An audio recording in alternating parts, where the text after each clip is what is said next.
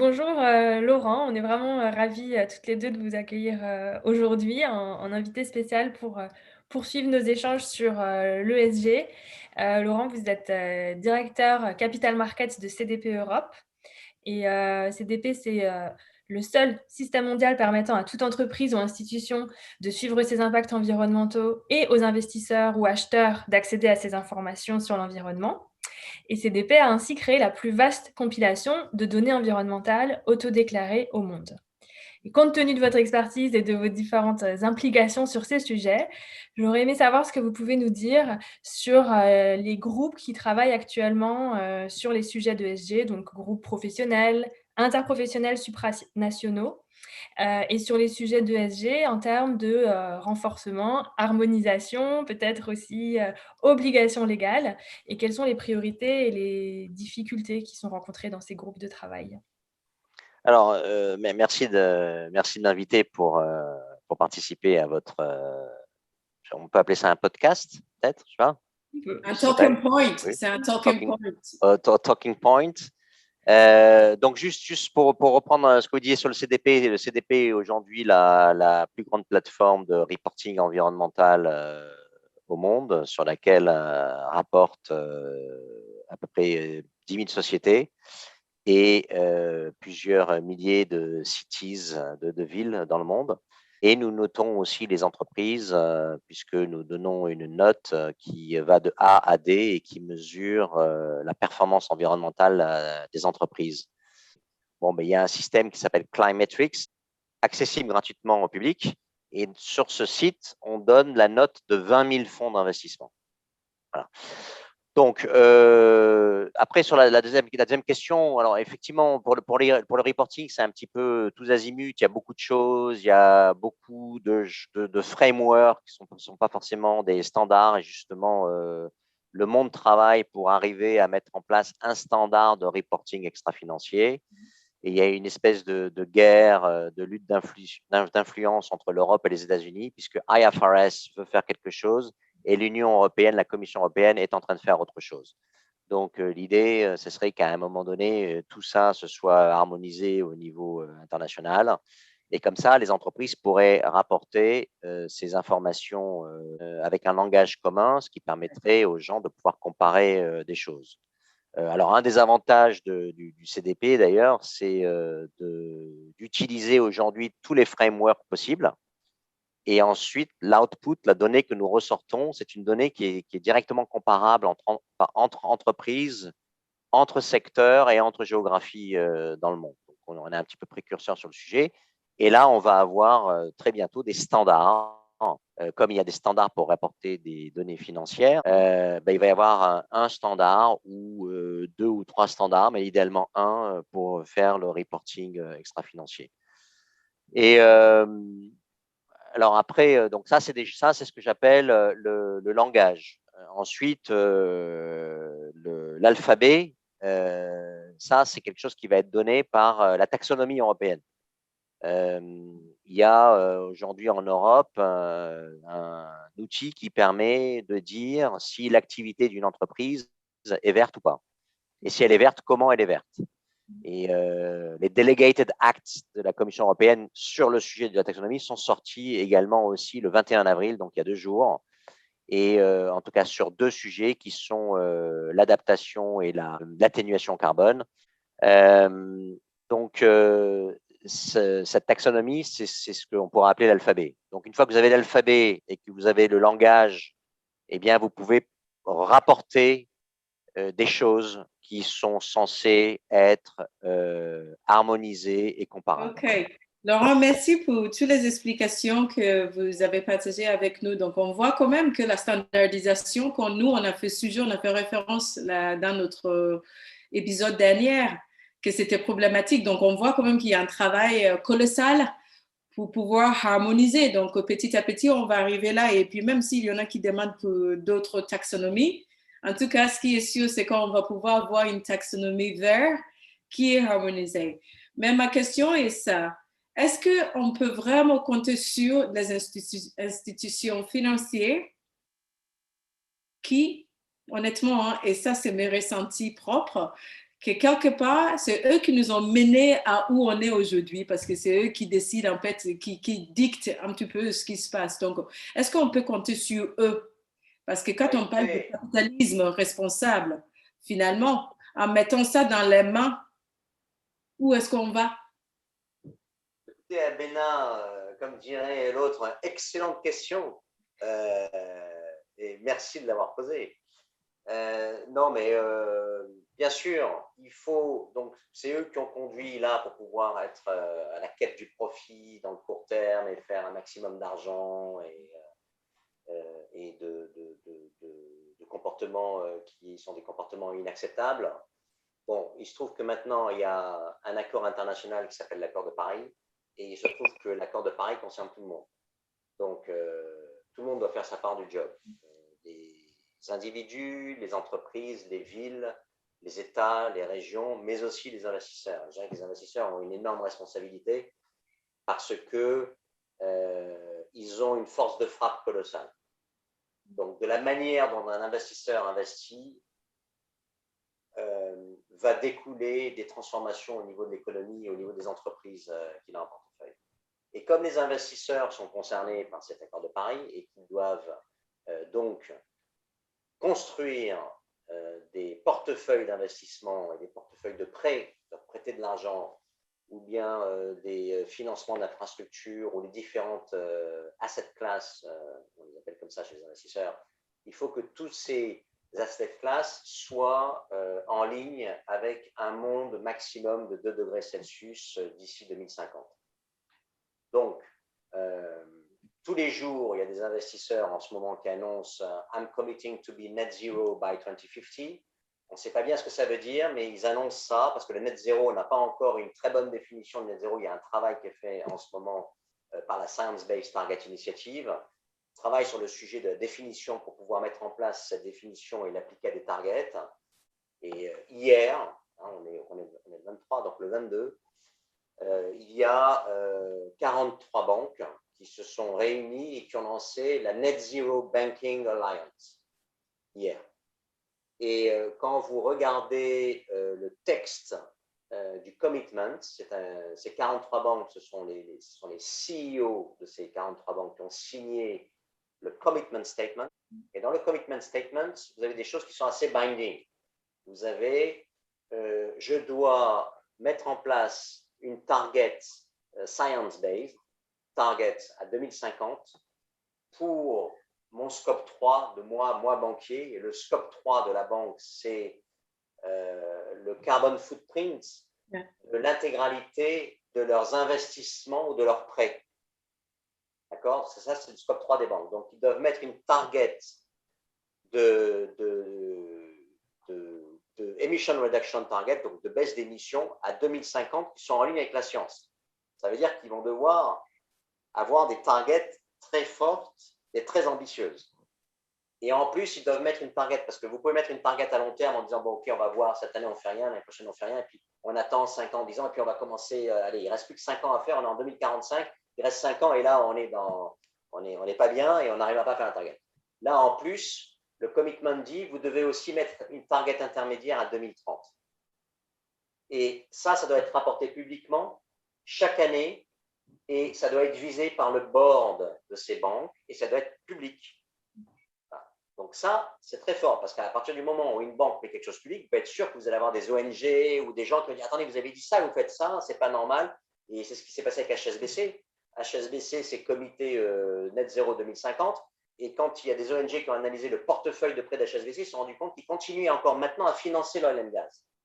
Maintenant, les nouveaux crédits. Alors qu'il faut arrêter les crédits à l'oil and gas. Il faut transitionner les portefeuilles existants que vous avez fait il y a 4 ans, 5 ans, 6 ans. Et ça, c'est normal, ils existent. Donc, vous n'allez pas tuer l'industrie. De toute façon, vous ne ferez pas les accords de Paris sans une conversion de l'oil and gas. Il ne s'agit pas d'arrêter de financer l'oil and gas du jour au lendemain, mais il faut les aider à faire leur transition. Il faut faire, en fait, ce qu'a fait Ørsted, la société Ørsted, qui est une société danoise, qui était avant ORSTED, qui est une société que j'affectionne particulièrement parce que c'est une très belle boîte. Ils étaient il y a 15 ans un pure player de l'oil and gas et ils sont aujourd'hui un pure player du renewable energy. Ils ont annoncé ça hier à la Net Zero Banking Alliance et ils ont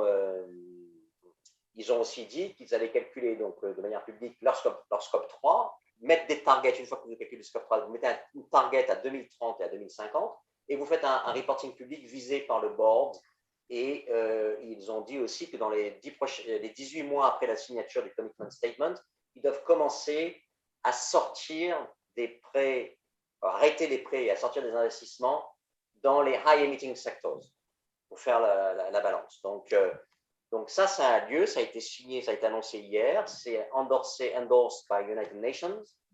Et il y a la même chose pour les asset managers. Il y a une Net Zero Asset Manager Alliance, il y a une Net Zero Asset Owner Alliance, et il va y avoir aussi, ça a été annoncé hier, elle n'est pas encore prête, mais une Net Zero Insurance Alliance. Et donc, pour être compliant avec l'accord de Paris, vous n'avez pas 36 000 solutions. Vous devez changer l'existant, ce que vous avez déjà en portefeuille, pour l'aider à transitionner. Donc, si ce sont des prêts, eh ben, il faut faire de l'engagement avec les entreprises. Hein. Vous n'allez pas dire j'arrête de vous prêter ou je vends, je suis actionnaire de votre boîte, je vends votre titre parce que vous appelez Total, je vends Total. Non, il faut faire un engagement actionnarial avec eux. Et si l'engagement actionnarial ne marche pas, après, vous pouvez prendre la décision en dernier recours, c'est de dire, OK, je vends mon investissement que j'ai chez Total, ou alors le prêt qui arrive à échéance, vous dites à Total, je ne vous prêterai plus d'argent parce que je ne peux pas compter sur vous pour réaliser mon objectif. Donc, les investisseurs ont un rôle monumental à jouer. Et en plus, maintenant, il faut qu'ils rapportent officiellement ces choses. Donc, je pense que les gens qui voudront faire du greenwashing maintenant, ça va être extrêmement compliqué. Parce qu'ils vont se faire allumer dans un board d'actionnaires, puisque les investisseurs diront, OK, vous êtes en train de nous raconter des histoires. Donc, soit vous agissez, soit on sort de chez vous. En fait, moi, j'ai une question qui a été, qui a été soulevée par ce que vous venez de dire, parce que j'ai échangé avec des banquiers, par exemple, qui financent notamment l'immobilier. Et j'ai appris que, par exemple, les hôtels, parmi le portefeuille immobilier, ça fait partie des actifs plutôt bruns que verts en général.